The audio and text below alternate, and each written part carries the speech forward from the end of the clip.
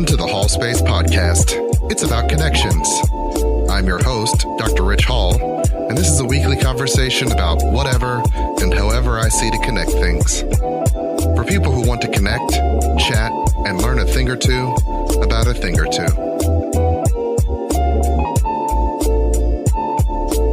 Without further ado, let's start the show.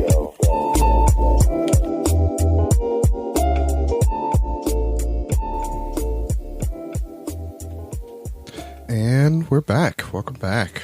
Welcome back. It's episode 14 of the Hall Space Podcast. 14. Yes. Nice. And I'm your host, Dr. Rich Hall, and my lovely and capable wife is with me today.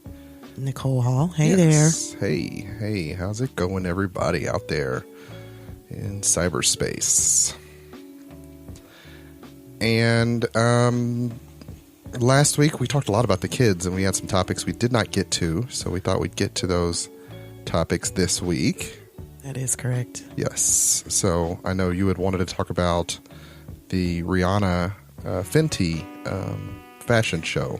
Yes, we one of the things that I saw on the interwebs sometime last week was that she has a menswear line, and it's particularly a lingerie line for men. Mm-hmm. But it includes big men. And so one of the pictures that went viral is that there's, the the young slender guy with the six pack and all of that, and then there's the guy next to him who is probably more realistically built. So he's 6'2", couple 100 pounds, and it went viral, and everybody, all the ladies, we were kind of like, yes, big boy season been happening. But I think what was really interesting about it was that we talk about body positivity with women a lot, but we don't necessarily talk about it with men. And one of the things that I saw that was very interesting was that the ladies were like, yes, that's what men look like. That's what we like. That's what my boo looks like. That is all of that. Give it to me. And there were a lot of guys that were like, I've never seen somebody built like me in an ad wearing something that I know that if I went out to go buy it, it was made with my body shape and me in mind. And that's big because representation matters. Representation does matter. Whether you're black, you're white, you're male, female, non-binary, whatever it is, you want to be represented. You want to see something or someone like you represented. And realistically speaking, most men are shaped like this other guy. Yeah. Representation matters because human beings are modeling creatures, right? Right. We compare ourselves constantly, whether we want to or not. And it takes effort to not compare yourself to others. So when we don't see ourselves in the world or see the world reflect us back at us, it can make us feel invalidated. Right. So imagine all your entire life, you're constantly seeing 19-year-old men with, six pack, you're 52 or whatever, that you don't see anything that represents you. Yes. What does that tell you? Women have lived with that for centuries, right? There has always been an industry built for women. Correct. To show them a representation of themselves that might not be accurate to how they really look, and how they, how you should groom and how you should be shaped, and how healthy and fit you should be. It's only within the last, I would say 20 years, a little over 20 years, 30 years maybe, where male representation has started to slide in that same surreal way where you can no longer just be a person. There's an expectation that you are superhuman looking. The Rock is not a typical body state. The Rock doesn't even look like The Rock looked. No, he doesn't. 10 years ago, 20 years ago. Now he looks like this superhuman creature. Who's like muscles on top of muscles. Well, and he does it for the movies. He has a team of people to get him like that. Right. That's often the part that's ignored or missed or looked over, is that they have a team of people to make them look so beautiful. And they do. They do look beautiful. It's their job. Too. Though, right? I'm often struck by those people. You see those people on like Instagram or whatever, the Insta thoughts or whatever you want to call them. The Instagram models. They are models. or they say they are. I don't know. Sometimes they do Air photo quotes. shoots. Well, it's always interesting when you see them next to their actual sister, right? Like you see an Instagram person next to their actual family member, and they look so different because that is such that's a big look at their mom or look at their sister or their sibling, cousin who's not rich, right? Right. And suddenly it's like, oh, they look hyper real, like they're shaped. They're a lot more sculpted. Yeah, their skin tone is often different. They're than glowy. Their there's a lot. You can tell a lot of work has gone into the production. A lot of work that is going. them, and the fact that now men are pressured by those similar correct outside imagery and thus have an ideal. Yeah, and I think that it's definitely a young man's game. I mean, at 40, I don't have any impressions that I should be. But I was listening to a podcast, Fake Doctors, Real Friends with the Scrubs guys and Donald Faison, whom been a fan of his career forever. He was talking about how, as men, we always tend to like our physique in retrospect. Mm-hmm. We look back 10 years ago and it's like, oh man, I was really fit, but I didn't think that at the time. Yeah. Right. Or, he was lamenting his pre-COVID body. Yeah. And how he knew he had put on like 20 pounds over the COVID. Yep. He had gained the COVID 20, COVID 40. However, we kind of all did. Yeah. A lot of people have. And so, it's very interesting when we think about how we don't always see ourselves with light or with love. We often see ourselves through these very critical lenses. Right. And thus, it makes it difficult for us to really, truly sort of be happy, be ourselves, enjoy these bodies we have, take care of these bodies. Yeah. Because we can learn to loathe them. We can, because if we ingest that we should look a certain way and we never look that way, or we're constantly if you eat striving. Too much media and you think that your world should look like what the media represents, they don't even look like what they represent. They don't even look like, but they can be curated, they can be sculpted, they can be. There's like 8. If you see those videos, there's like 8 people floating around them, making their hair go a certain way, making their eyebrows look a certain way. Contouring is now a thing, so you can't even really tell. You have no idea how someone's nose actually looks because they've contoured their cheekbones all to and there are they're basically fully they're genuinely airbrushing people in real life. They're absolutely doing that, and then there are all of these interesting procedures that you can have, in addition to surgeries and all that kind of stuff. And it's just unrealistic. It's unrealistic. And so men are not immune to that. Men are not immune. And again, just like many things, there's levels, right? So within the African American community, I think we love all of it. Right. And I feel like traditionally, and I remember learning this in psychology, like African Americans tend to prefer larger body sizes in a way that white people don't, particularly in females, and or in males, but once again, the dad bod has always been kind of it's not always, but within the last 20 years, once again, it's been like a negative connotation. It's got a little bit of negativity, but it's also kind of. I mean, there have been women who find it attractive. We love it. I love it. And so, while it has within some circles this, what's interesting about opinions on the internet is everybody's got one. Of course. And people always, because human beings have not evolved beyond responding to criticism, each opinion that is critical is treated as if it is a universal opinion. Right. When in reality, it's the opinion of some schmo in, Kentucky versus some schmo in Indiana. And they might not even see eye to eye. Like, it's hard to schmoes. say what the consensus of opinions is. Now, we can often sort of norm the opinions by looking at sort of what in general, like, okay, so this subset of the population likes this type of body, this subset. So the healthy crowd definitely thinks, you should only eat healthy. You should have 0% body fat. You should have, And then there is the, those of us who have a somewhat normal American diet, which is abnormal in other countries, right? It's like, okay, I should be able to have fries once every, month or two. It was funny. I was sitting in group one time and, they were all talking about eating. At some point they said eat. I ate a hamburger and fries today, and I can't eat that stuff, every week. And I remember it was me and another black guy in there, and my thing went up like, okay, so these relatively privileged kids who come from these relatively privileged backgrounds. In their life, they might not eat fast food, but like once a month, maybe. Right. And it was funny that the black guy was like, wait, how often should you eat that stuff? Like he had never stopped to have this. What's a normal amount? What do you consider? Yeah, because in his diet. Yeah.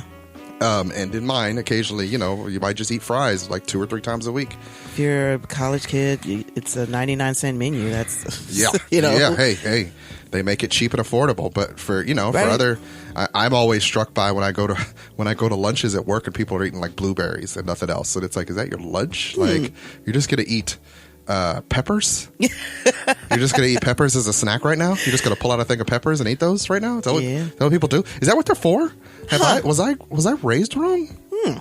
Did my parents not teach me how to take care of myself? It's all these different choices. Like my coworker, when she would pack her lunch, she would put together carrots and grapes and apples and the whole thing. And I'm like, I'm gonna run to Wendy's. I'll be right back. Right. I've got like chips and a sandwich, a whole roast that I made and brought in. Relatively. I eat healthy. The only person that eats healthier than me is Victoria in this house. Yeah. And that's because she just doesn't, she's not a big fan of meats. She doesn't eat meat. She eats some meat. She'll snack on some bacon occasionally. She'll eat eggs, but like she's vegetarian, not pescatarian. Yeah, which is... She does like some chicken about that. I mean, it's just gonna be what it is. I love that you feel like you have to have an opinion about it. I do.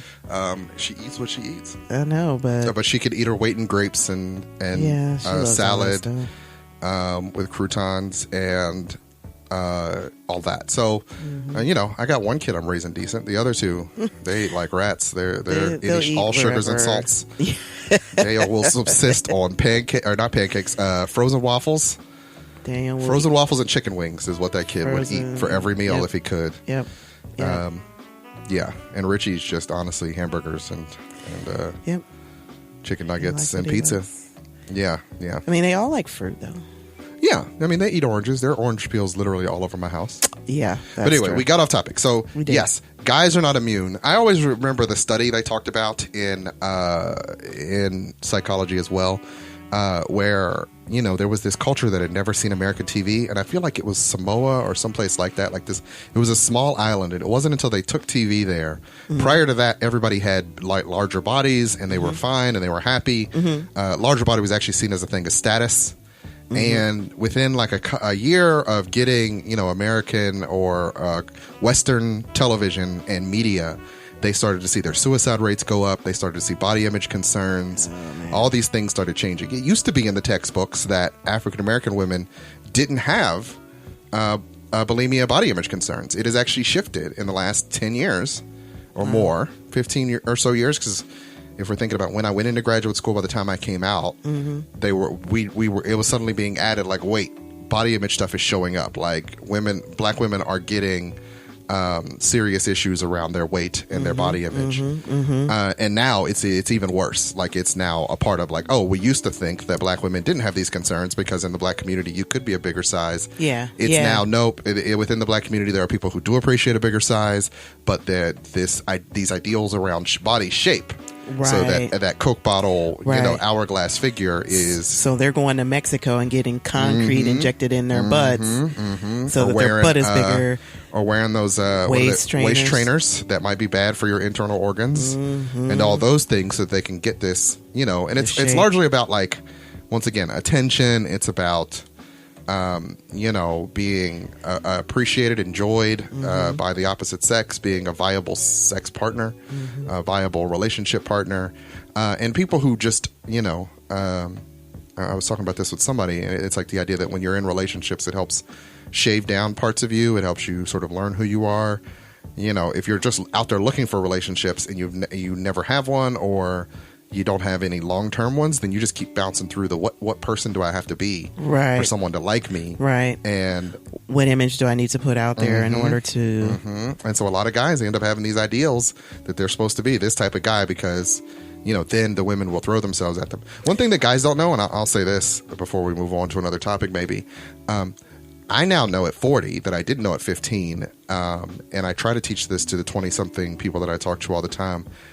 guys assume that girls have all these answers around dating and that they're just waiting to be chosen. They often don't know that girls are just as anxious and totally in their own head as you are as a guy. And so they're thinking, the girls just don't like me because of this, this, and this. They might not even know what girls do like them. And then when the girl that does like them likes them, they might not be attracted to her because they got this ideal in their head. Right. And so, a lot of times there are certain women within society who it's like everybody likes, so every guy shoots their shot at her. Yeah. And then there's the girl that, not to say nobody likes, but like they're not as many shooting their shot. They're not always shooting their shot, but yeah. That might be a more compatible mate.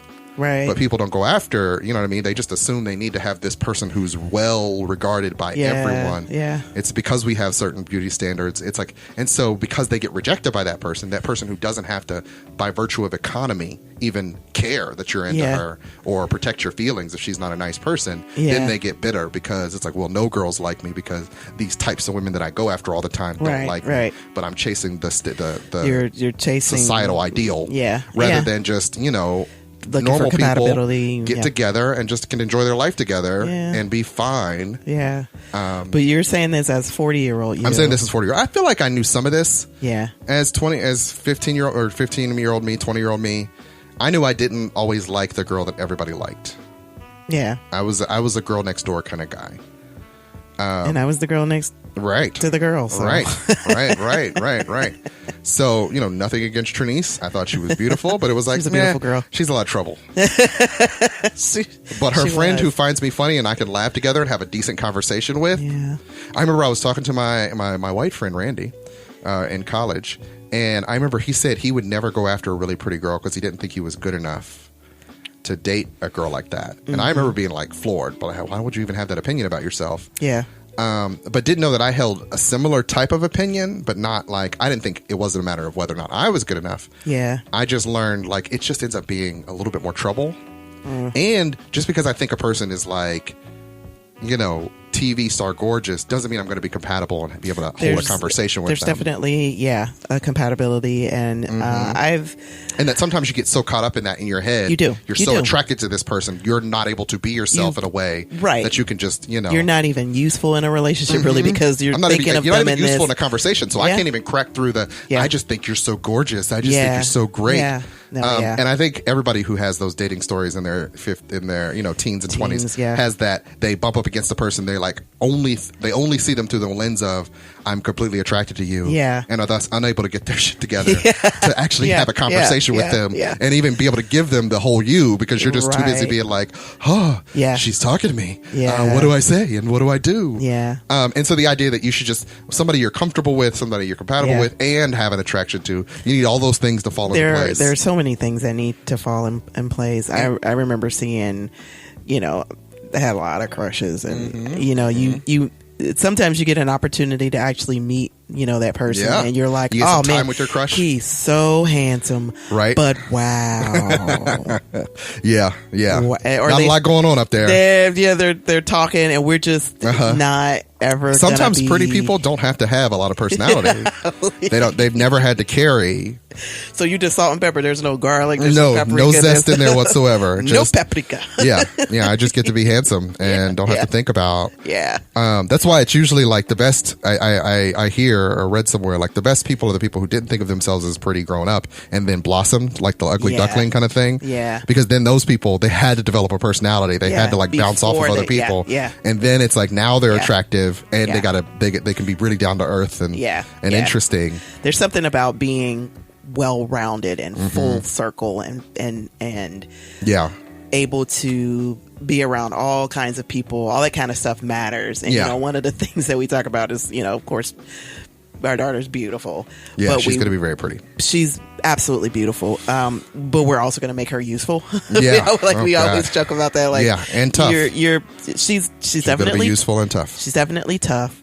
And she's definitely beautiful, but we also want her to be smart and funny and all these other things. We want you to be well-rounded as an individual. Exactly. And so I think that there are people out there like that, or that were raised that way, or whatever. But I think the interesting thing is there is this subculture where I feel like men, particularly black men, we've celebrate us and, you know, the mom bodies and all that kind of stuff. And it's interesting to see that, particularly the people that were in this feed with this guy,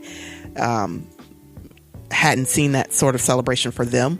Yeah. You know, so the guy that's the model, that's the first time he had ever taken his shirt off and had his picture taken. Yeah. And, you know, he said his agent was like, you can't pass this up. This is Rihanna, you know, and he's like, no, okay. Get that check, buddy. Get that check. I mean, right? And honestly, listen, hashtag big boy season. I love all of it. Hey, it is big boy season. It is big boy season, big girl season. And I'm just going to wear the clothes that fit. Right. You know. The other side of that is that what I was going to say is that we project onto pretty people. So we assume because they're pretty that we will like everything about them, which once again limits our ability to fully discern. Like, we will forgive pretty people for a lot. We will give pretty people more than we give anybody else. Like, as a society, we're just really bad at, you know, pretty equals success in some ways. Yeah. And it's so interesting what that, when you say pretty, it's like, it's subjective. It is super subjective. But there are normative expectations around what society calls pretty. Yeah, there is a I don't know what I want to call it, a sort of set of standards that everybody can agree to, I guess. No, maybe. I mean, there are cultural standards by which we judge beauty. Right, but there's something that can go across the board for a lot of people. What is symmetry? What is it? Symmetry, body symmetry.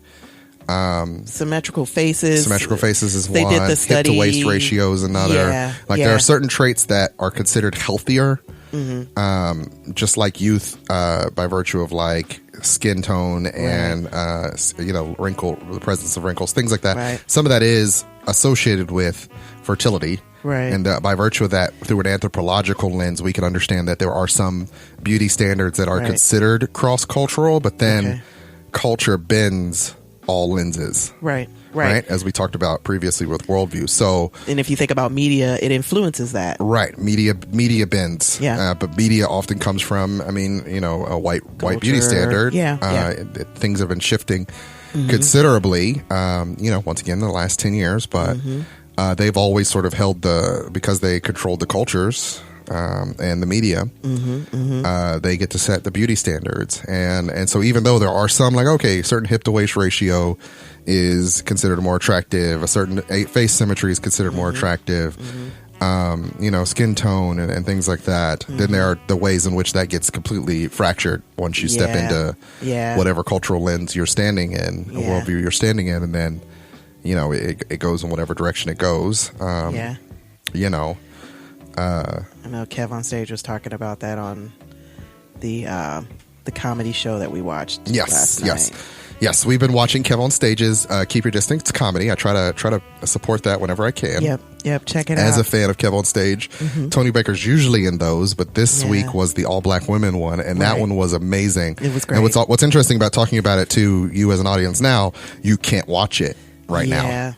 It has a 24-hour window in which it can be viewed. And after that, it disappears off the internet. Now, Kev on Stage is working on an app that you can get to it, his comedies, and I think he talked about in one of his shows, one of his podcasts or something, that it's supposed to come on. That. So I didn't realize that. I figured that you could always just go. No. Oh man. Yeah, it's got a 24-hour window. Okay. And you can get to a link of it. Then after 24 hours, it disappears. Okay. And then I'm assuming, because he'll trickle out some of the comedy from it. Yeah, he'll do snippets, and then I'm assuming that he'll produce it on his app. Okay. For later. Okay. That'll be cool. Yeah. I plan to subscribe to it just because I love most of the stuff he does and follow him and his friends and a lot of Tony Baker stuff too. So big fan of Kev on Stage and Keep Your Distance comedy. Yeah. It's always pretty hilarious. It's a hilarious way to spend. We usually watch it on a Saturday night as opposed to the Friday when it drops. Right. We do movie nights on the Fridays as a way to convene with some people in our lives to our COVID circle. Extend our bubble. Right. Which is just my mom and my sister. Yeah. But yes, I highly recommend the Kev on Stage. Yeah, but he was kind of talking about, you know, what he finds attractive and what versus what everybody else finds attractive. So he was talking about the white standard of beauty, and he's like, okay, Gwyneth Paltrow, really? Yeah. You know, it's like Julia Roberts did her thing in Pretty Woman, but you know, yeah. And if you think about so African Americans versus, you know, white beauty standards, like Angela Bassett, always a hottie. Listen, right? And she's 50. What? Right. Yeah. Right. She's, so, you know, amazing. Beautiful. There are many stars from, you know, what I'll call our side of the fence. Yeah. That white people might not know about. Like, they don't know about Nia Long the way I do. Right. But I love her a long time. She's beautiful. You know, they may know Gabrielle Union just because she's married to Dwayne Wade. Right.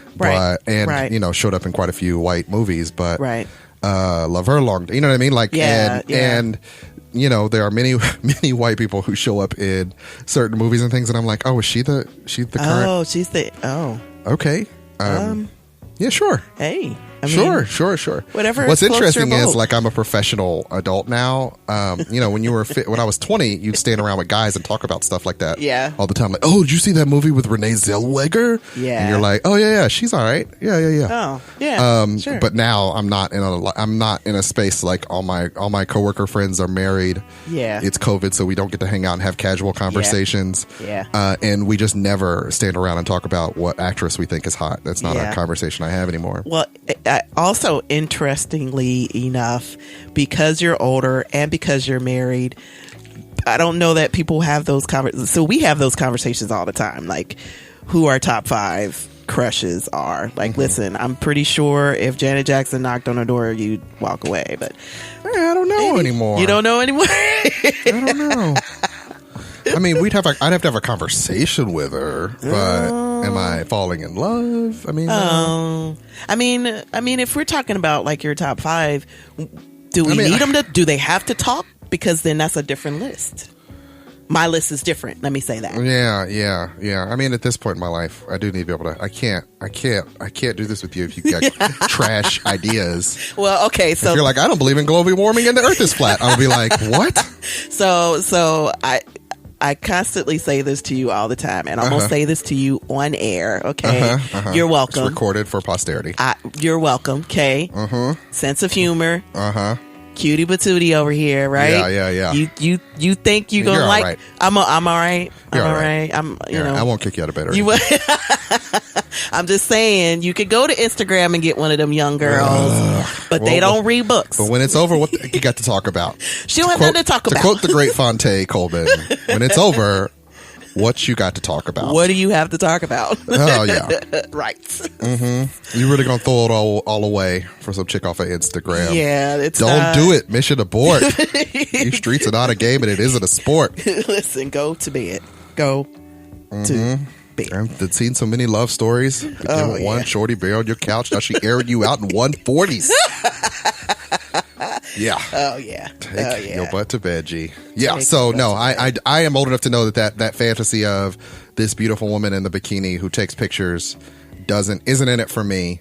Yeah. And doesn't care. And the time it would take to get to know her and develop whatever would make me comfortable enough to spend more than 5 minutes with her just isn't worth the energy, my guy. Honestly, I'm gonna say this. I have some deathly allergies and I have some weird quirks, and I don't want to have to train another. I do. Yeah. And you know, each and every one of them, I don't want to have to train a whole nother human. Yeah, it makes it easy. Makes life a little easier. Yeah.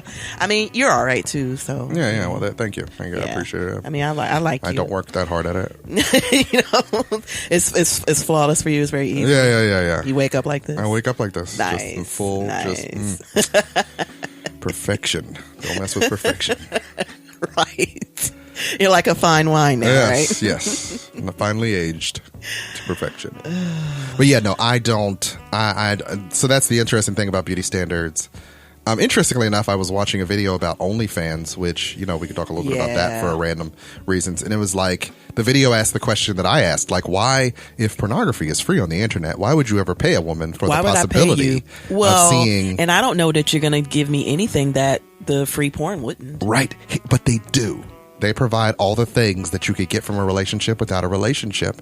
Do they, though? Yes, they will send you private messages. They will connect with you, like send you emails, like private texts. You can, for more money, get like requests that they'll do a video with just you, like your, say, girlfriend or wife might do, but most wives don't necessarily, you don't be sending me, naked pictures. I do not, because I'm afraid that I'm going to send it to my boss on accident. I mean, I understand that concern, but if the I've never done that. Via the OnlyFans, they could develop a community of other perverts like themselves who also like to ogle the same girl. Okay. And they can get private messages from the person, and it's $20 a month if you want to spend that. So this is the internet's version of the 900 line. Yes. So it's the same they send scam. You stuff and they same scam. Blow your balls basically. Right. Basically, right. They gaslight you with it. That's what it's not really gaslighting, because it feels like an authentic connection, and it's about what somebody needs. For a lonely person, you live a life where you would just die for some time alone. But imagine the other side of the coin, when you had an apartment and there were just swaths of time where nobody was coming to see you and nobody's blowing up your phone. And I loved every second. Yeah, I know, you're an introvert. But for those who don't love every second of it and would just like a moment of human connection, $20 a month is not a lot to pay for that. So it's a subscription? It's a subscription, yes. Because you've already looked into it for yourself. Well, I mean, I've had several online conversations and read quite a few things about it. Just because you were curious. I mean, I get curious about a lot of things. I just think it's funny. Uh-oh. Did I just Kobayashi Maru myself? Is this a no-win scenario? Well, I think the funny thing is we're seeing a lot of people on the Instagrams that are married couples that both have OnlyFans. Yeah, that's weird. That's weird. So I can't have an OnlyFans. I mean, you can if you're teaching coding, because they do have OnlyFans for things like that. I don't want to teach anybody anything. See, that's the problem. Listen, I'm already a learning coach, and I'm not for great 3 at kids. That. Yeah. And you know kindergarten learning coach, and a 3rd grade learning coach, and a and a 5th grade learning coach. Yes. You know how many dollars they pay me? None. That's what I'm saying. 0. You should get some money. That's true. For teaching coding in a low cut shirt. That's what I'm saying. I think you forget the assets that I have. My low cut shirt. No, right. Also, make sure you get your assets in there. Okay, I would not allow my wife to run an OnlyFans. No, he would not. I mean, if they want to pay you to watch you code, there would be guys who would do that. There would be. I swear to God, because there are guys who pay gaming girls. They just want to watch them play the game. Maybe get the chance to talk to them while they play the game. So I could do it OnlyFans. She just wears a bra while she plays Call of Duty, and so I could get me. All she does is occasionally say hi and look you in the eye via the camera. And so I could create websites, and they would pay to watch you me do that. Just watch you stare at a screen, and occasionally you got to like act cute and talk in the breathy. Who was that? In Boomerang, the Layla Rashawn breathy voice. Yeah. Gold star for Marcus. Yes. You got to just do that. Oh, thank you so much for subscribing. Just love it.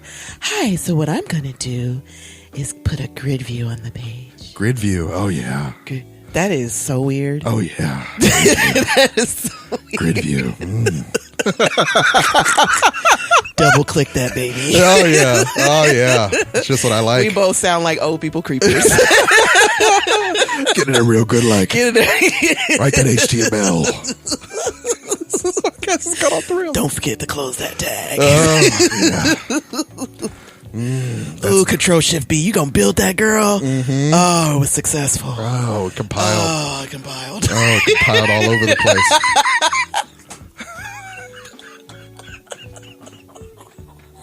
The CSS is so clean. It's so clean. It's multi-browser compatible. Oh my god. Let me see how it looks on Android and on iOS. So not only are we old creepy people, but we're nerds. Yeah.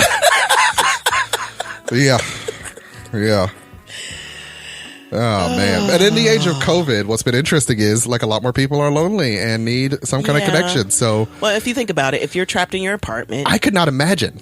Like, I tried to mentally wrap my head around what that would be like. I wouldn't have been able to imagine it either, because I think, if we were both 20, right? And we weren't dating each other, and you're just kind of in school. Yeah. Like, you wouldn't be able to really go see. You can't really, see people. I've talked to 20-somethings about how they're dating. It's weird. You can't date. They have to I guess they you have to can, genuinely but... like. So they FaceTime each other. Okay. And that's how they'll like talk that way and hang out that way. Right. And then if you feel like comfortable enough, then you can maybe do a meeting together that's socially distant. Yeah. You know what I mean? But like, it's weird. Like when they tell me about it, I'm like in my head, how does this that is even weird? Yeah. This sounds nothing but weird, and I'm so glad I don't have to do that. So glad. Well, honestly, so happy. Even pre-COVID, like just to see, I know a lot of girlfriends who are out and dating, and they're out of their 20s or whatever, and it's just like, wow, is this what you guys have to put up with? Yeah, it's crazy. Wow, yeah, it's crazy. Because we dated before the internet was super popular. Yeah, way so long ago. Yeah. So sometimes when giving 20-somethings advice, it's like, oh, just talk to a person. You just talk to a girl, and then and they're like, nah, I mean, I'd rather text. And it's like, no, you got to like work your game in 3D, my guy. You got to in the meat space be able to pull a honey. There's definitely you gotta pull that fly honey's coat, my guy. But like, hey there, girl. Let me tell you something. Let me whisper something. If you're telling them that, they are not hearing those words. They're not hearing those words. That sound old fashioned. That sound old fashioned. Just walk up to that girl and get her digits, my guy. Just gotta get her digits. Get her digits. Be like, excuse me, sister. Looking exceptional today. Hey, beautiful. What's going on, chocolate? Right. Looking lovely. Just wondering, what you into? What's your name? What's your sign? Okay. See, it's attitudes like that. So I was going to go back. That actually reminds me of something before we take the break. Is one of the reasons that guys often don't have a clear vision of how they are perceived by the opposite sex is there is a higher risk for women to be complimentary to guys. So a guy can go a very long time without getting very many compliments on their appearance from women, because doing that opens a door that might get you in trouble as a woman, right? Yeah. Like women just aren't out here giving compliments to guys. Yeah. Guys give compliments to women, like cat calls and things like that. Right. But men can very rarely get any sort of compliment on their appearance from another female, just because you say it to the wrong person and now he's obsessed with you. And now it's a thing, and now he's standing outside your window. And now you're an episode of the First 48. Yeah. Right. No, that's very true. And so societally, because of misogyny, we screwed ourselves as men. We just aren't going to get the same feedback. Women are very apprehensive. Right. We often, prior to some of this stuff, we didn't even think about it. We could just be whatever crappy, unwashed, ashy gentleman we want to be. Yeah. And don't think in terms of what the consequences for that will be. Yeah. But I take a lot of pride in my appearance for the most part. You do. Only buttoned up shirts during the day. And you look nice. I moisturize, condition my hair. And your beard is always so soft. My beard is always conditioned every day. I wear beard butter, occasional oils, keep myself looking fresh. Because I think it's important. And what's funny about guys is if you ask a guy, hey, what products do you use? They might not use any or not be able to tell you. Yeah. Like when I went on this natural hair journey, there were no guys I could talk to about what it was like, because most guys don't think about it, or do they invest really in their appearance in that way. Straight guys. I was able to call, your gay cousin and say, hey, what do you use to moisturize? And he gave me some really good product ideas. His skin is always so freaking beautiful. Because his skin is flawless. All the time. And I didn't want to have to keep looking old if I didn't have to, if moisturizing could help. Yeah. Well, and he's always just been... He's just always been so well groomed. And very Tay Yeah. Diggs in his overall appearance and demeanor. Well, his mom and dad, they're the same way. Yeah. And so is his sister. So they're all a family like that. of pretty people who moisturize their skin and take care of themselves. Yeah, so there's always this sort of, so when they see me and I'm like in sweats, they're like, is that what you're wearing today? Yeah. And then I'm in like a sport coat with my moisturized hair, my well brushed teeth. Yeah. Because in my world, you got to take care of yourself. You got to look good for the people. I'm going to be one of those snazzy old guys. Yeah, he's the guy that wakes up and is fully dressed. No, I get fully dressed. I mean, I sleep in clothes. I'm a bit of a never nude. Now we're getting into some deep stuff. Bit of a no, but nude. I get dressed. I get dressed as soon as I get up. As soon as I get up, I take a shower and get dressed. Yes, fully dressed down to your shoes. And my grandfather was the same way. Yeah. He was always fully because you start dressed. the day. Yeah, and if he was ever in his pajamas, it was super early in the morning. He hadn't gotten dressed yet. But even then, he's got pajamas and a house coat on. Like, he's always fully dressed. Yeah. My grandmother's the opposite. Always in a muumuu. Always, listen, maybe. She wants to be comfortable. Okay. And I am also the same way. Oh, I know. Yeah. So, you know. Yeah. We need to take a break. And then All right. we'll come back and we'll talk a little bit more about some recent events and some things. And I guess some stuff about anxiety, because we were talking about that last week. Mental Health Day. Yes, yesterday was World Mental Health Day. So we'll talk a little bit about that. And we'll see you guys in just a minute. See you soon.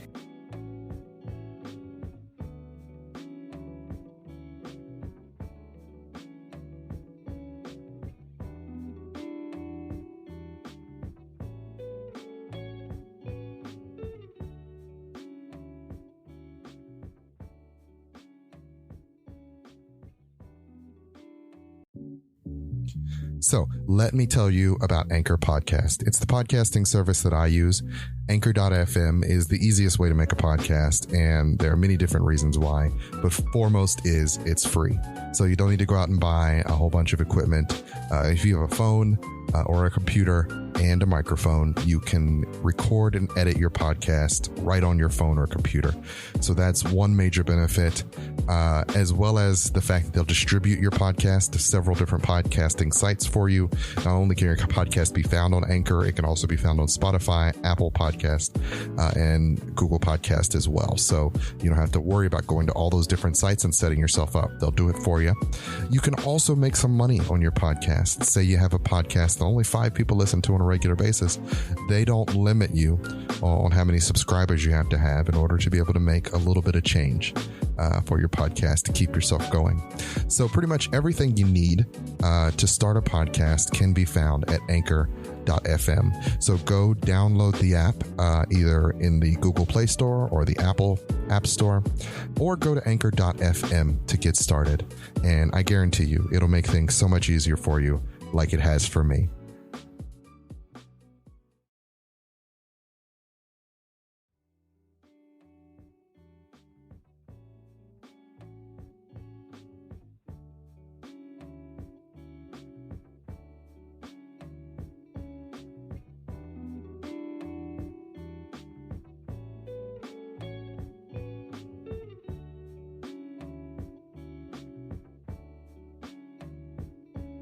And we're back. Hey there. Welcome back to the Hall Space Podcast. Dr. Rich Hall and Nicole Hall doing our thing. Welcome back. Thanks for joining us. Welcome back, and thanks for coming or joining or listening if you're still with us. I mean, I get to see the podcast reviews, so I do know that some people don't listen to the whole episode, maybe for a variety of reasons. Yeah. Myself have had to stop listening for stuff because I got other stuff to do. Yeah. So there's quite a few that I've listened to every one of them all the way through because I edit them, but then there are some where I try to re-listen and I may not have heard the whole thing. I honestly haven't listened to the last 2 episodes. Wow. It'd be your own family, guys. It'd be your own family.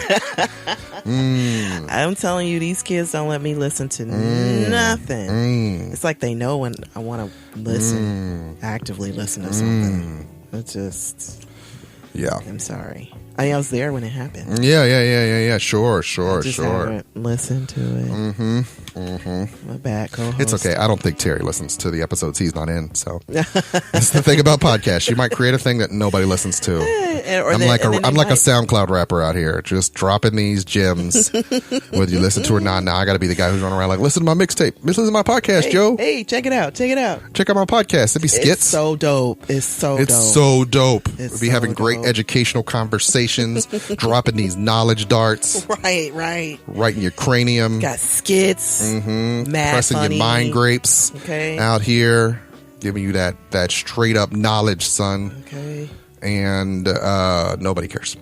So I care. Yeah. Sure you do. I care. Says the person who has not listened to the last 2 podcasts. May I rewind and play your words back to you? Oh, man, you don't have to, though. That's unnecessary. You know what that Let's is? just cue it up. Not helpful. So, we were going to talk about Mental Health Day yesterday. Yeah. Was that what we were going to talk about? Yeah. So yesterday was World Mental Health Day or something. I don't know the days. It's sometimes none of us have anything to do. We're now in a global. What day is it? It's right, Sunday. right. Time has not mattered for 8 months now.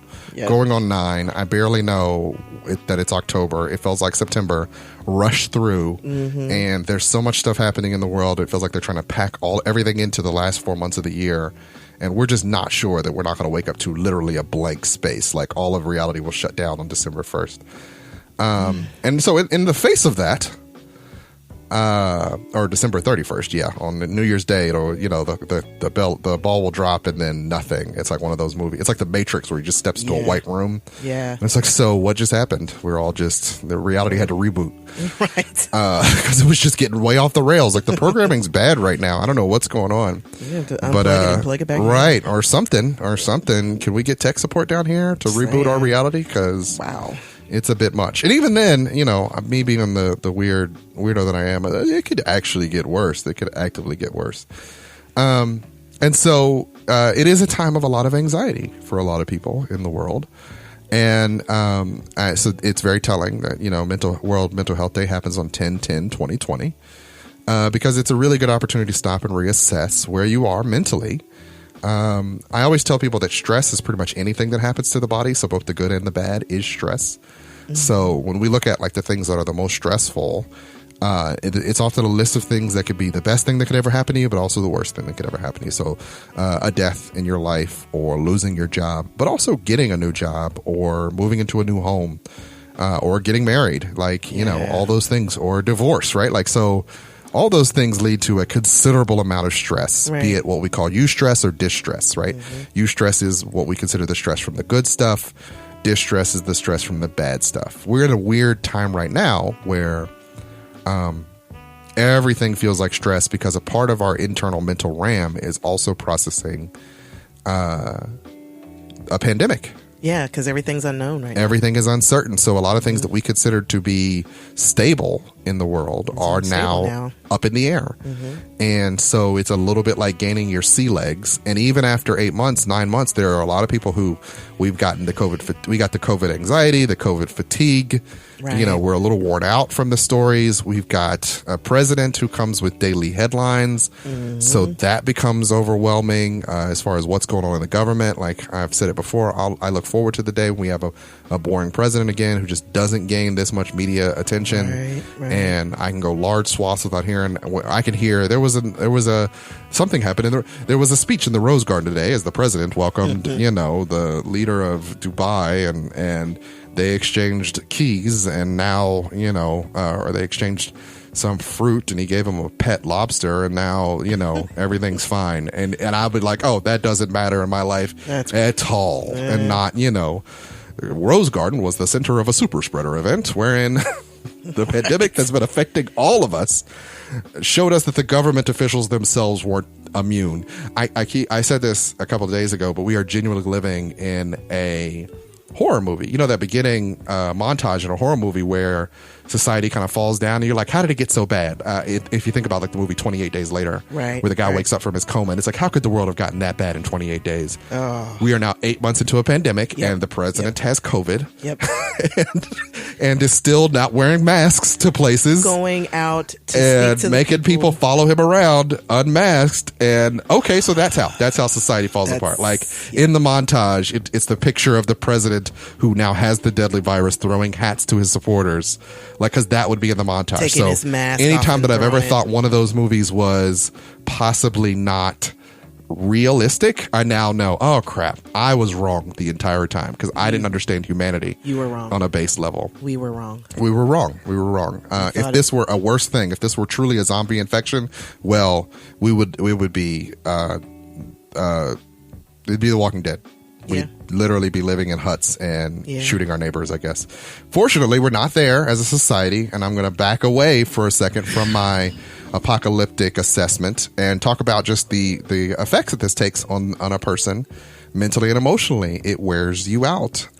Even if you went into this with anxiety, this does not help at all. It can exacerbate anxieties you have. It can make you really feel just constantly overwhelmed. Right.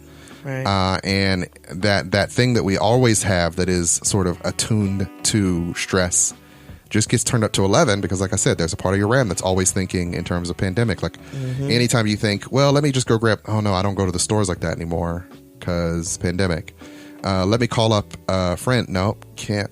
Like, just go hang out with them because pandemic. Like, every interaction is in some way clouded by this. And I was actually talking to a group of psychologists in training or on Friday, and we were talking about how, like, none of our programs prepared us for.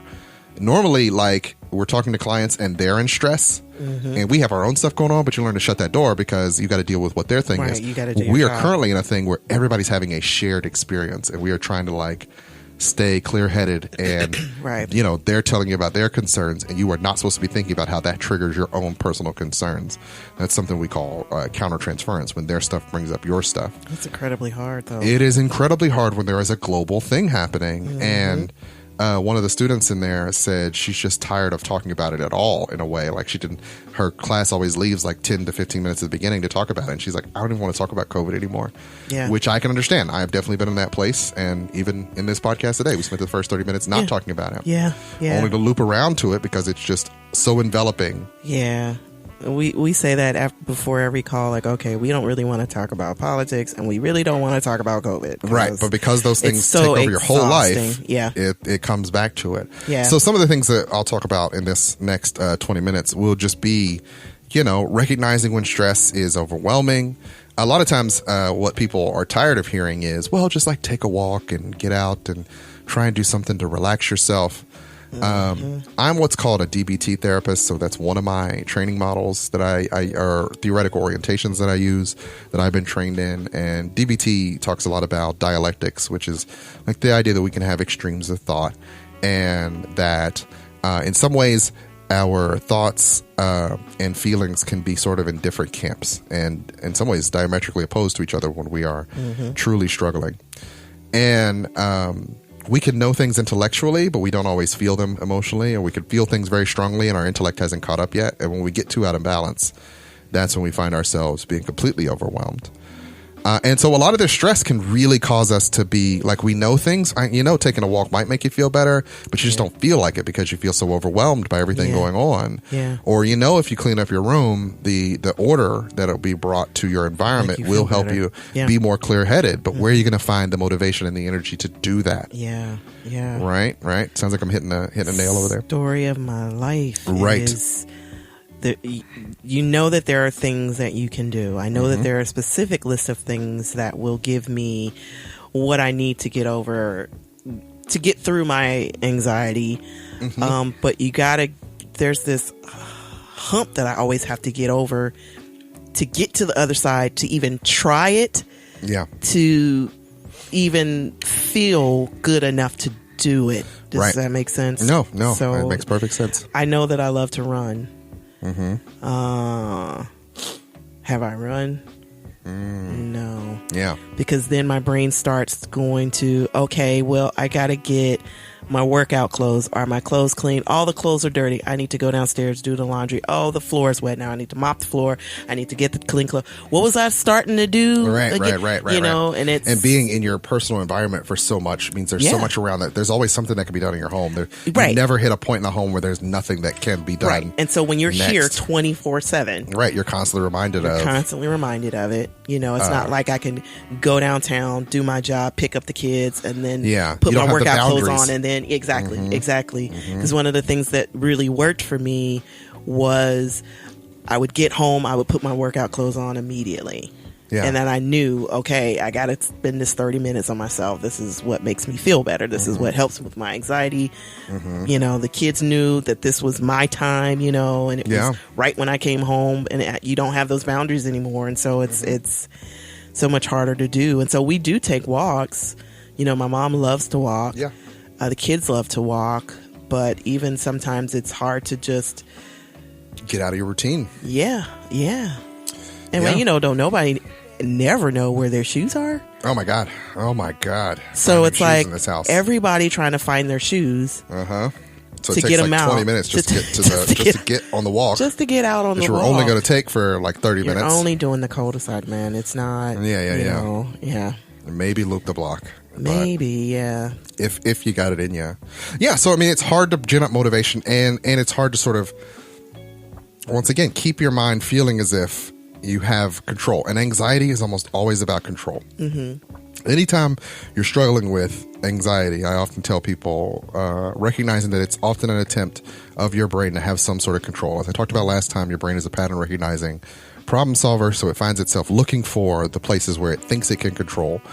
More often than not, that's through expectations. If I set my expectations here, then this is what I'm aiming for. If I get that, if I don't get that, then I'll adjust. And sometimes those expectations are unrealistic. That's a whole other conversation. But sometimes they are just like hypothetical. Yeah. More often than not, they're hypothetical. You're just looking into the void, assuming you know what's going to happen. Right. I tell everyone, your brain is a bad predictor of outcomes.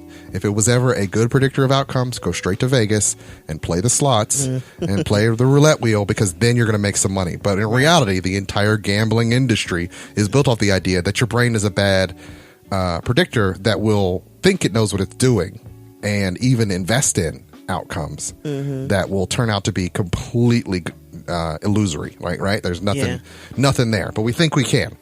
And so in a situation like this, there's so little that you can place your expectations on. You know, you talk to someone who's like, yeah, what are your plans for next summer? And they're like, next summer, I don't know, COVID. Like, I barely know what's going to happen next month. Yeah. At some point, my boss asked me something about, in December. And I'm like, well, how could you even think in terms of December? No idea. Right now, because we don't know what tomorrow is going to be. And there's a lot of people like trying to sort of make normalcy happen. And it's like, what even does that mean? What even does that mean? I know you got to like try in the midst of all this to keep up some sense of normal, but what? Because my anxiety says that I need to know what's happening in December. Right. So for your boss, December, he's got to know. Yeah. There's some deliverables he needs by a certain day, and it's like, I can't tell you how I'm gonna be. Like, I know I'm gonna keep going through the motions like I have been. But I genuinely do not know. Like, there's a part of me that's just waiting for society to collapse, and then I can decide in the ruin. Like, okay, now I know what I'm dealing with. I just scrounge for food, get a weapon. This is not the collapse, because this is actually not the collapse. So here's the thing that you just took my anxiety up to a 10. No. Okay, so here's what I'll help you with is how do we reduce that anxiety, right? One of the things that Jerry Seinfeld said on an episode of the Late Show with Stephen Colbert was, often we get into the sine wave of life. If you look up close to the sine waves, it feels like you're always rising and falling and rising and falling. And so something bad happens, it puts you at a low. If another bad thing happens, it puts you even lower, right? Like but we got to step back and take the 50-foot view. And so one of the things that often helps me, even in the midst of all this, is the 50-foot view. Like, in the scale of how long society has been on this earth, how long American society is, we have been worse as a people, we have been better. This is just a thing we're going through. In the scale of my good days versus my bad days versus my, they're okay. More often than not, you have okay days. So some of the perspective taking is stepping back and asking yourself, is this thing that's taken over my mind, because that's often what stress will do, particularly the negative stuff. It takes over your mind and you can't let go of it. Thoughts are often sticky when you have anxiety. It's like you cling to the ones. And the ones you cling to are the ones that often give you an emotional response. They trigger within you fear or doubt or insecurity. Right. And, you don't want to be rejected. You don't want to be hurt. You don't want to be overwhelmed, whatever. Is this a worry or is this a problem to solve? If you step back and ask yourself that question, right? Worry is something that not much can be done about, but I'm thinking in terms of hypotheticals anyway, right? I'm looking at what I think could go, and then if then. But that might not even be what you're actually dealing with right now. You're just churning. Worry is often those very churny thoughts where you're just finding yourself, but if this happens, but if this happens, but if this happens, but if this happens. Yeah. And often worry leads to ruin. The worry isn't that you'll face a specific problem and not be able to overcome it. Worry is often you'll make 27 mistakes that lead to your utter and complete ruin. Yeah, I see you nodding. They can't see you nodding, but I see you nodding, right? So that's why worry is not effective. Problem solving is effective. Is it a thing you're worried about, or is it a problem to be solved? Problem solving, you know how to do because you solve problems every day. Your brain is a problem solver, as I said before. Right. So if it's a specific problem, right? You know what resources you need. You know how to get to the solution. You know how to, even if you don't know what to do, you can Google it. I often, when people tell me I don't know to anything, I say I don't know is actually an emotional answer. As I said before, I think in terms of dialectics, what do the emotions say? What does the intellect say? Right. If I give you a specific type of problem, we can often marshal the intellectual resources we need to solve it. If I say to you, Nicole, how do you make dinner? Yeah, then I have a bunch of steps in my head and I know exactly what I need to do. Right.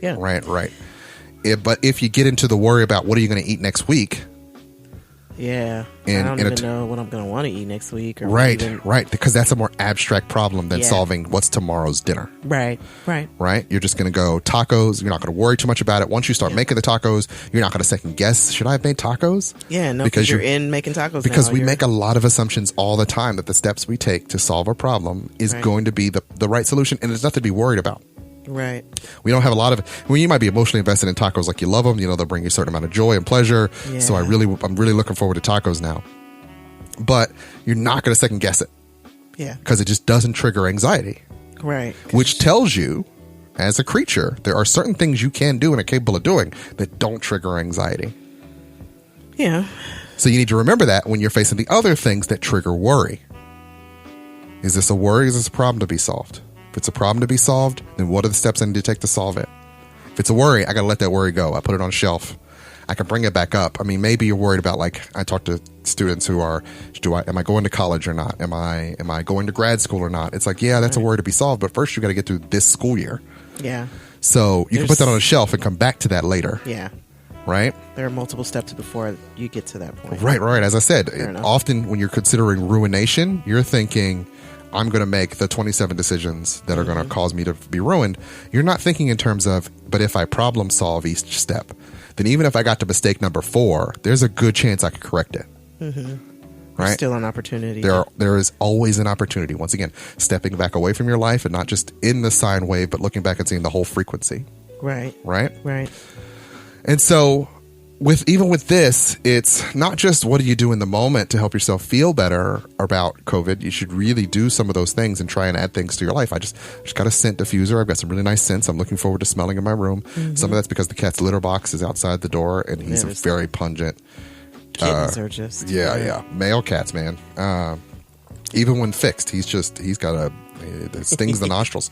And so it's like doing things in your environment that help you. The 5 senses are very good at soothing us. So having artwork, I put up a lot of artwork in my office. Mm-hmm. I've got a cleaner environment. It's less cluttered because that helps me feel more mentally stable. Pretty visuals, pretty scents, pleasant sounds. I got a record player in here when I want to relax and hear some music and sort of get out of the world a little bit. Mm-hmm. So I've kind of created this little space as my safe haven for when I need to detach from the world, but also it's my workspace, so I need it to be able to sort of have 2 different sides. Yeah. That's the stuff you can do in the now that you know is available to you. Right. I've got all my fidget toys on the desk when I know I'm getting stirred up. Antsy, whatever, yeah. Right. So that's the stuff you do in the now. Make sure that you're setting up an environment for yourself that can give you a certain amount of pleasure and relaxation. But then when it comes to the much larger, more abstract things, then you have to sort of start to parse out worry versus problem to be solved. Right. If it's a problem to be solved, what's the problem in front of me? Can I work on it now? Do I work on it later? Or do I just leave it? Because it might not even be, it might be above me. It may not be something that you can do anything about. At which point, then I have to deal with what are my feelings about this that need to be addressed as opposed to the problem itself, right? Yeah. So, but that's, once again, that's stepping outside the problem and looking at what's my 50-foot view of this. Right. When it's a worry, you're going to worry. Don't be upset with yourself for worrying, but just sort of work to let it go when the worries come so that you don't have to dwell on them and let them overwhelm you, because they will. Yeah. That's what worries do. And worries always stack because they're so abstract, and often because they're so abstract, nothing can be done about them anyway. Yeah. So we just start piling on all these things that nothing can be done about. Bucket of worries, man. Mm-hmm. Yeah. And it just gets bigger and bigger till it's overfilling, and then you feel overwhelmed. All of your mental and emotional resources get drained, and now you just feel completely worn out. Yep. And so that's sort of the problem with the COVID thing. There's so little that can be done about the much larger, like we can't get the president under control. We can't get the CDC to give us clear information that hasn't been tampered with by politics. Like we can't get enough to help us feel like, hey, we're going to eventually get out of this. Right. Right. And there are other countries who are, New Zealand's doing great. Taiwan is doing great. Yeah, they are. You know, Yeah. Korea's doing great. And we're like, oh, but what does it take for us to do better? Because this is still scary. We don't want to follow rules. Well, I'm not saying all of us, but I mean, there are some of us in this country. I'm talking about the country. Yeah. And so in the face of something so big, all you have is you. All you have is control over your life. So anything about, you know, what the president is doing is a worry that can't be resolved by little old you. This isn't the movie where little old you is going to come running in and hand the president the antidote and then the world will be saved. This is, you're the person in the movie who, you know, is standing in the streets waiting for the people above you. This is Baltimore, gentlemen. The gods are fucking you, you know? Yeah. Right? The systems are going to screw you as the little guy. So you just got to find a way within your little fiefdom to make meaning out of the life you have. Yeah. And let some of those worries, they just got to be butterflies that drift away. Yeah. And you got to stop and assess, is this a worry? Is this a problem? If it's a worry, I got to let it go. I mean, it's bringing up some emotions in me. Yeah. And as I said before, you can do the things in the immediate that help to work through those emotions. If you need to cry, have a good cry. If you need to shout, have a good shout. If you need to dance to some music to get the energy out of your body, do that. Do that. So as a person who has anxiety and depression and is on medicine, I saw a post a while back. One of my mom groups was talking about the anxiety, depression during COVID, and one of the ladies said she's had to go to her doctor a couple of times to have her medicine adjusted just for this time specifically. Yeah. Never even occurred to me that, you know, I'm taking this medicine. It does help me pre-COVID. Yeah. But the situation is so different now. You may need to go back and, you know, look at. Yeah. You may need to reassess that under these conditions, my anxiety is higher. Right. So maybe I need. And maybe you need to change your dosages. Maybe you need to, once again, work in some of that other stuff. Right. Make sure that you're prioritizing some of that other stuff. Right. Which isn't the end all be all, but it does. You know, I always think of stress as like a pressure cooker in a way. Like there's only so much pressure the insides can take before it blows. And you got to do something to relieve the pressure as often as possible. Right. And some of that is, you know, being clean in your thinking, being clean in the way you eat, getting enough sleep, not drinking, you know, too much alcohol or using too many drugs, like all those things that keep you feeling more balanced, along with keeping your mind sort of in a what can I control or what can't I control space, right? Doing that mental, what's the word, a mental pros and cons list kind of thing, where it's like, what is it I can actually control? I can control the flow of information that comes to me. I can control my daily routine. I can control how I relax. If I have connections with people, I can control whether or not I exercise or receive support from others or give support. But I can't control other people, right? I can't control what the government does. I can't control whether or not the schools are open or closed. I can't control the healthcare system. Right. Whether or not the holidays are going to happen. Like all these things they're worries, but they're abstract. There's nothing immediate that can be done. And there are people who, so like I said, I take medicine, but there are also other things that I try to do to keep a good balance. I discovered I love to braid hair. That's one of the things that, you know, relaxes me. So you have a little girl, so you can braid her hair as often as she allows it. If she can sit still long enough. So, but I mean, there are certain things that I put into place, but there are people who need the help of medicine, right? Because their brain is just, you know, not going to cooperate. Not a fan of taking medicine, but it's helped so much that it's something that, you know, you do what you got to do to be healthy, right? And I think there are a lot of people who are apprehensive about, you know, maybe they don't take medicine at all. Maybe they need to. A lot of people have anxiety around taking medicine. Like, do I have to take a thing every day to help me feel normal? Yeah. Oh yeah. I refuse to take medicine for a year, 2 years almost. It was a while. Yeah. I mean, and I had tried a number of things, and you know, it just did not help. And then I found something that actually worked. I had a very good doctor, and I implemented some of the other things that keep me balanced. And I try to, like you said, set realistic sort of expectations. Don't let the expectations get away from you. I can't control everything these kids are going to do. I can't control the world. I know I cannot go out into the world without feeling such a high level of anxiety of catching COVID that I just keep I stay here, basically. So there are certain things that I know. You got a system that allows that. So what would be more stress is if you put stress on yourself and on your body that you have to go out. Yeah, exactly. But for the most part, I try to juggle that. I don't mind going out. I do. I have my own anxieties, but now I'm in a good. Now I want some. I've learned that there are glasses you can wear. Yeah, they have not the whole face mask glasses, but at least the ones that cover my eyes. I don't want a whole full face mask, but I think I want one of those. Just because I feel like I want to up my game a little bit before I go full gas mask. And so before you go full gas, right? I'm not there yet, but.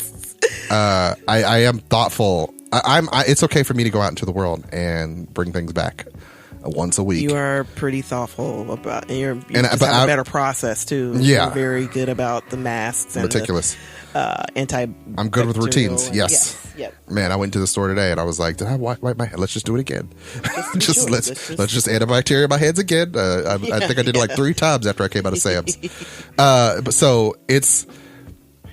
That's probably the reason I got it before you did, and everything that I was going out into the world and going places and working in a building. Yeah. But and it's also still part of your job. A couple days a week. So. Yeah. So, but one of the things that I didn't talk about that I did want to make sure that I mentioned is that stress affects the body too. So it's not just mental. A lot of people assume it's like, well, it's just my thoughts. No, you have a physical reaction. So that's why sometimes you could feel worn out. That's why sometimes you could feel as if you're being overwhelmed and down or on pins and needles because like you have the flu, like your fight or flight system just goes haywire because of how it reacts to these stressors. So we have to sort of take care of ourselves. That's why we do, like I said, a lot of those things can help relax the body because your body could be kind of hijacked by these stressors, but you could also hijack the same systems to help yourself calm down. Like warm water always calms people down. Warm relaxes, cold shocks. So, splashing cold water in your face when you feel yourself getting too amped up. Brief vigorous exercise is one of the ways we can sort of keep our body out of a panic state. That's why sometimes you got to do waving your hands or running in place, or, some people pace when they're freaking out. Because these are all things your body kind of needs to do to work through the energy. And if you don't, then you're going to feel overwhelmed. Once again, that pressure cooker is going to get too overloaded. And so recognizing that when your body's experiencing some of those states, sometimes you can get really good at noticing, oh, my heart rate's going up, or I'm starting to feel tense, or I'm feeling hot in the head. I may be on the verge of being overwhelmed physically, or by my anxiety's giving me some reactions to something, and you can stop and, do something to reduce that reaction or distract yourself long enough that you can maybe take on the next thing. So sometimes checking in with yourself when you're experiencing some of these reactions can help you to not necessarily have to go down the dark well, as it were. Yeah, learning some of those triggers, definitely. I often, not too often, but I do wake up in the middle of the night and my brain is just like stressed about something completely stupid, doesn't make sense, and I know it, but I'm up. My eyes are open and my heart's beating fast, and it's like, this is not even something that you can do anything about, or should do anything about. So I find ways to. I think about the beach. That's what I do. Yeah. The beach is a good one. Go back to the beach in your mind. I remember doing the beach with you. What was that one? It was one of the babies. Yeah. I did a whole. What is it? Mental. You're not feeling any pain. You're at the beach, and think about being in clear water. And no, y'all should have heard the expletives I yelled at them, but it worked. Yeah, see. I did a whole walk you through the whole thing. You can feel the sand in your toes and the waves going in and going out. Oh yeah. That was with Ra. Was it? Was that the first baby? It was the first baby, because we're in the hospital and your mom is reading the computer that says how bad the contractions are, and the contractions are bad. Yeah. And you're like, oh, no. Think about the beach and the water and the crashing waves, and your mom's over there reading it like, man, that was a bad one. It's like, Mom, don't need that right now. Think about the beach. You're still on the beach. You want me to go to the beach. You're still on the beach. You're still on the beach. You can feel the waves, the clear water. You can see your feet in the water. You can feel the white sand beneath your toes. You can feel it, can't you? The weight of your body just floats in the ocean. And we can do this. We're going to do this. We're going to survive. We're going to survive. And you'll be back at the beach before you know it. You'll be back at the beach before you know it, Nicole. See, you said it then and I believed it. I don't know that I believe it now. We will eventually. Yeah. I'll take you to the beach as soon as as soon as Florida's safe. I mean, honestly, you know what? Of the things that need to be safe, Florida is chief among them. Yeah. No. For me to say, okay, we'll drive into a state that's not fully, whatever color signal they use to say worst right. in the country. They need to be green for a good while. Right. Whatever that is. I need to see numbers go down. Their numbers have constantly been rising, and I don't want to be one of those. I bring the numbers from another state. Oh yeah, to shoot up. Yeah. So No. So I mean, we're talking about keeping the anxiety at bay, particularly the COVID anxiety. Trying to remember what you can control and what you can't. Remember, your body's bad at predictions. Always remember that. So sometimes it's predicting things that might never happen. You're spending energy and resources on thoughts that are purely hypothetical, and you just need to work on letting those go. Just give yourself permission to let those go. And instead, focus on, is this a problem to be solved? If it is, what do I need to do to solve the problem? In any problem, and I always tell people this, as I said before, I don't know is an emotional answer. If you have a problem, I'm pretty sure you can put it into Google, and Google will give you steps. They give you steps to the most random problems. They do. And so just, if you can get clear-headed enough. There's a YouTube for everything. If you can get clear-headed enough to type it into Google, like, how do I just pulled a button off my shirt. How do I get it back on? Yeah. There's a Google for that. Yeah. I was up trying to figure out how to change the doorknobs. There was a Google for that. There was definitely a Google for that. Google saved me on that. Like, all of those things. And the most random things, someone else has had the problem. Yeah. So if nothing else, being clear-headed enough to know that I don't know, but I can find an answer, as opposed to getting stuck at I don't know, as if there's a period at the end of that sentence and there's nothing more that can be done. Because that's when anxiety makes you feel helpless and hopeless. And you don't need that. Very true. You need to be able to tell yourself that you can be open-minded enough that there is a possibility of solution. Right. And I just got to hold on long enough to find it. Right. Because it's never hopeless. It's never helpless. And there are often some things that you can't type into Google, right? And that means that it's either. probably not even a thing. No, I'm saying that there's some things that aren't You don't even have a clearly formed idea about it. They're not formed at all. You just got this buzzing anxiety. Yeah. I once had a client refer to his anxiety as a jar full of bees, and I thought, man, that was I love a good, visual metaphor. Yeah. And it was like, how do we let those bees out? He was like, I would love to let the bees out. And it's like, And here's the interesting thing about that. You shake that jar up too much, those bees are going to sting you. So let's figure out a way to let them out one by one, or get them all relaxed and then let them out. Figure out how to take the top off without getting stung is what you're saying.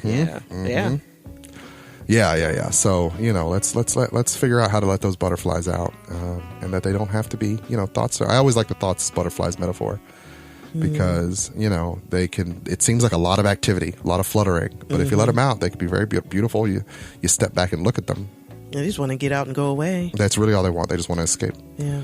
And so some of those thoughts that are affecting you and causing all these emotional triggers and reactions, they just need space and time to drift away. You think a million things a day, as I said before. And there's some of them you don't hold on to. What do I want for lunch? You have the thing for lunch. You don't second guess yourself. Does anybody even remember what they had for lunch today? Not always. But there are other thoughts that stick, and the anxiety just sort of stokes the coals until it's a 4-alarm blaze, and you're like, I can't stop thinking about this thing that I feel like is going to destroy me. Yeah. Well, I think, at least for me, one of the things that also helps, besides, allowing yourself to make mistakes and giving yourself some grace, is sometimes you just need help. Yeah. So if you don't have the energy to cook that dinner, or if you need somebody to come and clean your house just because you just cannot. Right.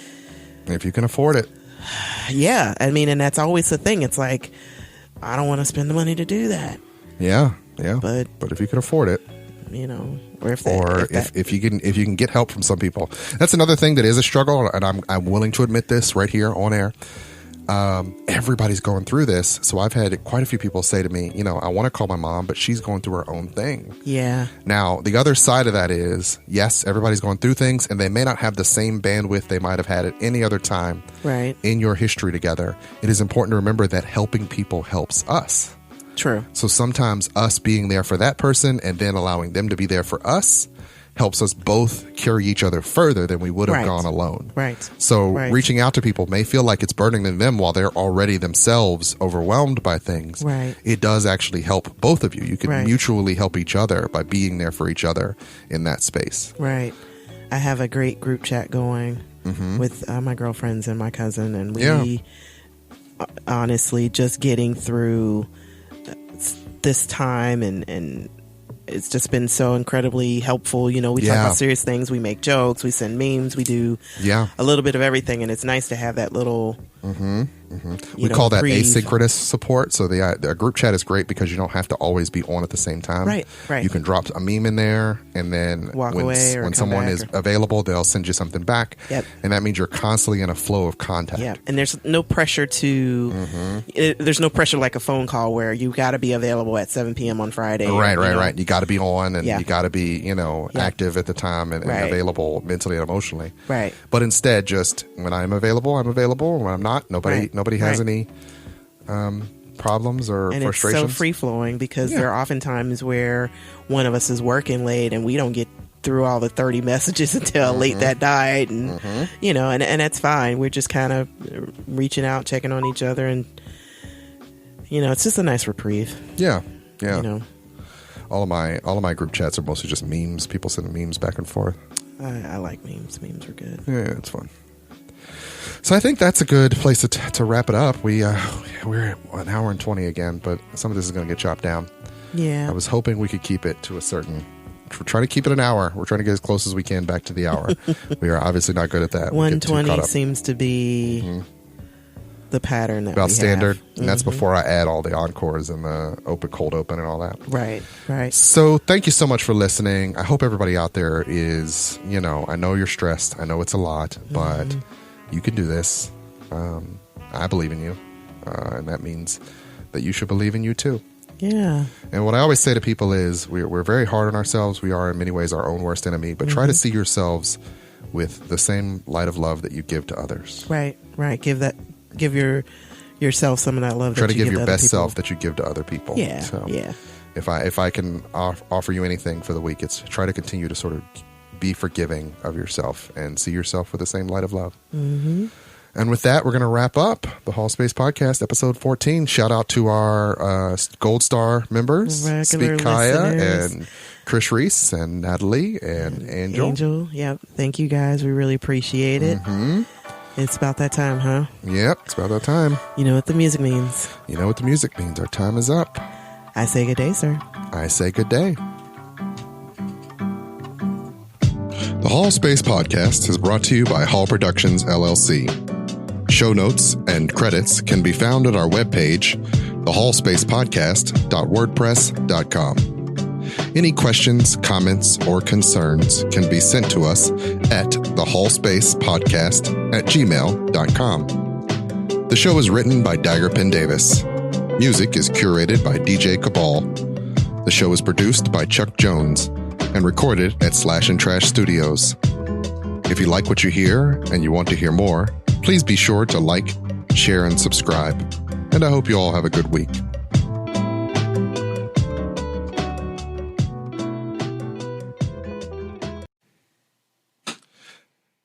And now, another edition of House Hall Theater. So my mother lives in our basement now. She's come to live with us, and there are two parts to the basement, and one part of it is where she lives, has a really nice tile floor. We have her bed, we have her TV, we have her set up nicely. She's set up pretty plush. It's very plush, super nice. The other side of the basement was where House Hall Academy was, and because we prefer to actually work upstairs, it's kind of become a disaster. So my uncle comes over on Sunday to help my mother set up a couple of other things to get her bedroom finished, like the closet area, shoes and things like that. So we get her set up on the other side of the room.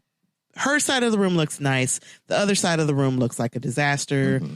Previously, before that, there was a movie night where They set up chairs and had slushies and popcorn and apparently Fruit Loops. Yeah, and just let loose, just all over the floor. It was a party, and it looked like a party had happened. Right. And so they had a great time. They had an awesome partied time. Like rock stars. You could tell by all the crap they left on your floor. You could tell. And Grandma watched movies with them, and also, was a part of the party. But there was a mess made, and so literally Sunday, overturned chairs, debris all over the floor. It was a disaster. Spilled Kool-Aid. It was just a mess. So I spend all of Sunday cleaning that mess up. Yeah, and I get it nice. I get the couches where I want. You're feeling pretty good about it.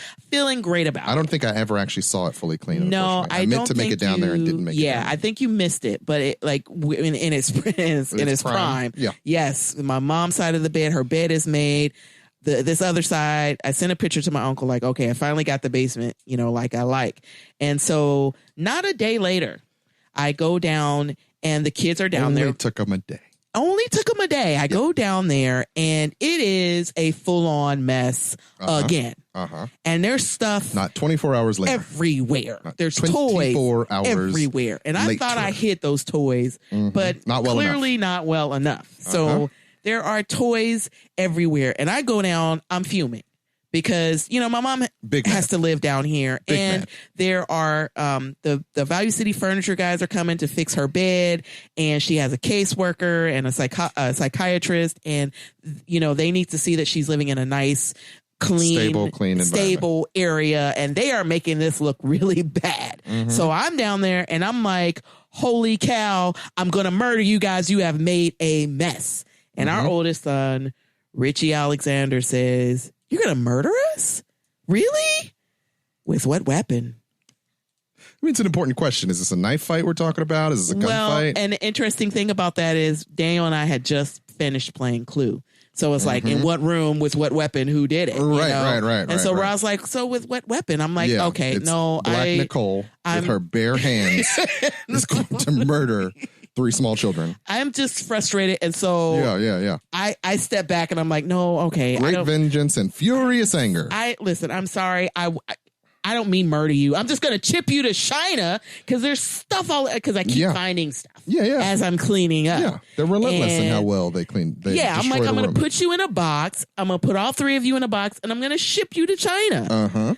And Ross says, pretty sure that's also illegal.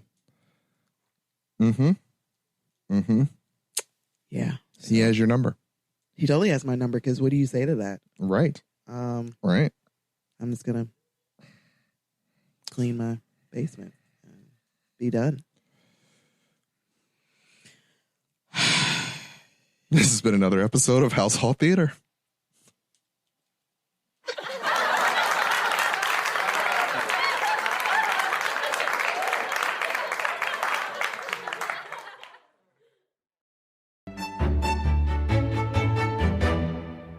House Hall.